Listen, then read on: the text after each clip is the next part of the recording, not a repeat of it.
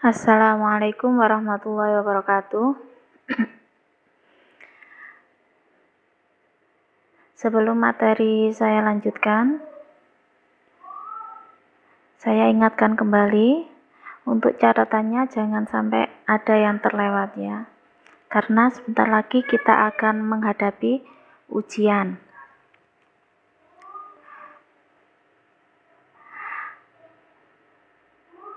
Untuk materi selanjutnya, pelaku ekonomi koperasi.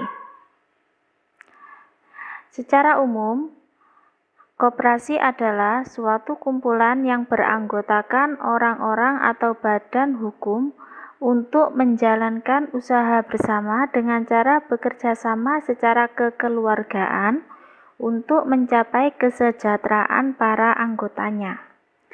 Ada 3 ciri utama yang membedakan koperasi dengan pelaku ekonomi lain, yaitu 1.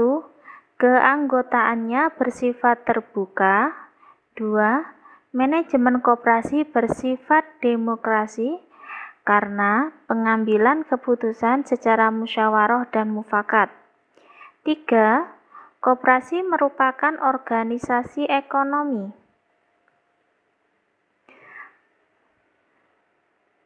Kemudian, hakikat koperasi. Menurut Undang-Undang Nomor 25 Tahun 1992, Pasal 5, prinsip-prinsip koperasi Indonesia terdiri dari 5 hal. Yang pertama, keanggotaan bersifat sukarela dan terbuka. 2. Pengelolaan dilakukan secara demokratis. 3. Pembagian sisa hasil usaha atau SHU dilakukan secara adil sebanding dengan besarnya jasa usaha masing-masing anggota. 4. Pemberian balas jasa terbatas terhadap modal. Kelima, kemandirian. Selanjutnya, adapun landasan koperasi sebagai berikut. 1. Landasan ideal adalah Pancasila. Yang kedua, landasan struktural adalah Undang-Undang Dasar 1945. Yang ketiga, landasan mental adalah kesetiakawanan dan kesadaran pribadi. Menurut Undang-Undang Nomor 25 tentang Perkoperasian Bab 2 Pasal 3, koperasi mempunyai tujuan 1. Memajukan kesejahteraan anggota pada khususnya. 2.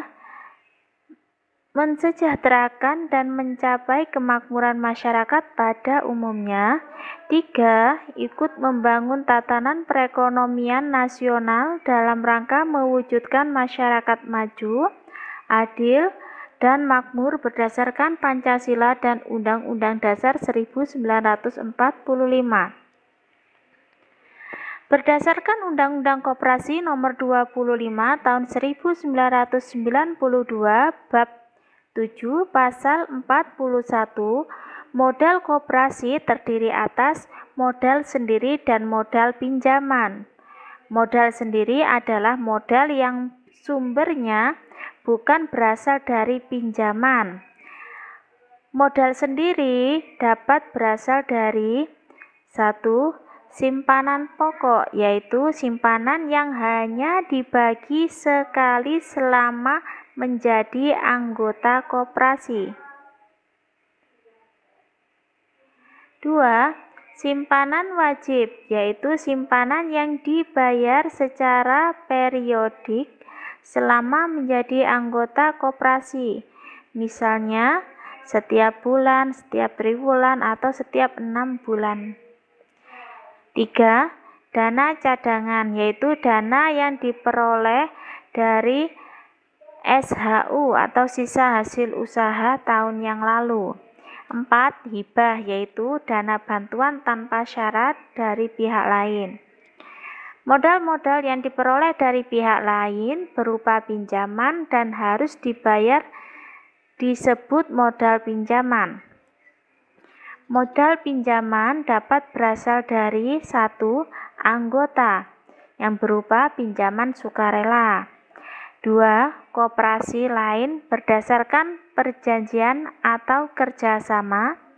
3. Bank dan lembaga keuangan lain. 4. Penertiban obligasi atau surat berharga lainnya. 5. Sumber lain yang sah.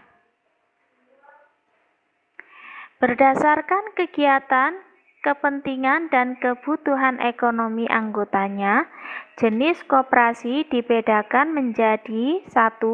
Koperasi konsumsi, yaitu koperasi yang usahanya membeli barang-barang konsumsi sehari-hari untuk dijual kepada anggota dan masyarakat. 2. Koperasi simpan pinjam atau kredit, yaitu koperasi yang usahanya menerima simpanan dan memberikan pinjaman baik kepada anggota maupun masyarakat. 3. Koperasi produksi, yaitu koperasi yang anggotanya para produsen barang-barang tertentu. 4. Koperasi pemasaran adalah koperasi yang kegiatannya melakukan barang-barang tertentu agar tercapai tingkat harga yang menguntungkan bagi para anggota koperasi.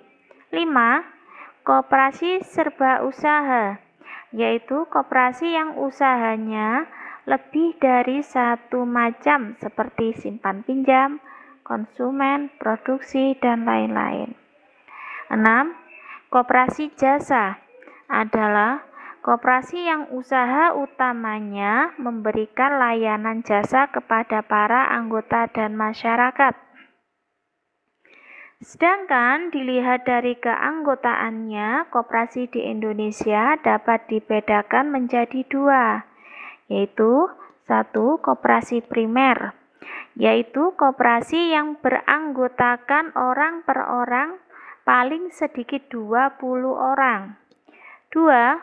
Koperasi sekunder, yaitu koperasi yang beranggotakan badan-badan hukum koperasi. Berikut yang termasuk koperasi sekunder antara lain: A.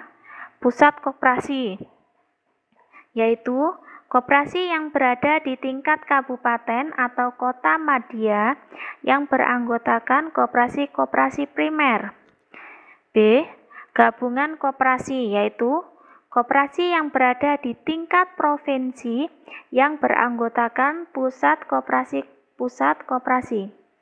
C. Induk koperasi, yaitu koperasi yang bertaraf nasional yang beranggotakan gabungan-gabungan koperasi. Kedudukan koperasi dalam perekonomian Indonesia.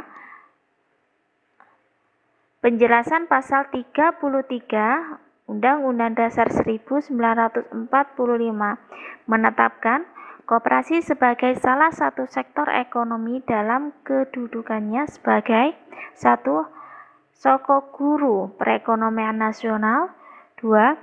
Bagian integral tata perekonomian nasional Indonesia. Dalam Undang-Undang Nomor 25 Tahun 1992 tentang perekonomian pada bab 3 pasal 4, fungsi dan peranan koperasi sebagai berikut. 1. Membangun dan mengembangkan potensi dan kemauan ekonomi anggota pada khususnya dan masyarakat pada umumnya untuk meningkatkan kesejahteraan ekonomi dan sosialnya. 2. Berperan secara aktif dalam upaya mempertinggi kualitas kehidupan manusia dan masyarakat. 3. Memperkokoh perekonomian rakyat sebagai dasar kekuatan dan ketahanan perekonomian nasional dengan koperasi sebagai sokok gurunya. 4. Berusaha untuk mewujudkan dan mengembangkan perekonomian nasional yang merupakan usaha bersama berdasarkan atas asas kekeluargaan dan demokrasi ekonomi. Selanjutnya, manfaat koperasi. 1. Manfaat koperasi yang dirasakan para anggotanya adalah 1. Memberikan kemudahan dan pelayanan yang baik kepada para anggotanya. 2. Sarana pengembangan potensi dan kemampuan untuk meningkatkan kesejahteraan anggota. 3. Meningkatkan kualitas kehidupan anggota. 4. Memperkokoh perekonomian rakyat. Adapun hambatan atau kendala koperasi sebagai berikut. 1. Lemahnya permodalan. 2. Banyak pengurus yang tidak memiliki keterampilan dalam berbisnis. 3. Lemahnya pengolahan karena tidak mengutamakan keuntungan. 4. Kurangnya kesejahteraan antara anggota, pengurus, dan pengawas koperasi. Mungkin ini yang bisa saya sampaikan, mudah-mudahan bermanfaat.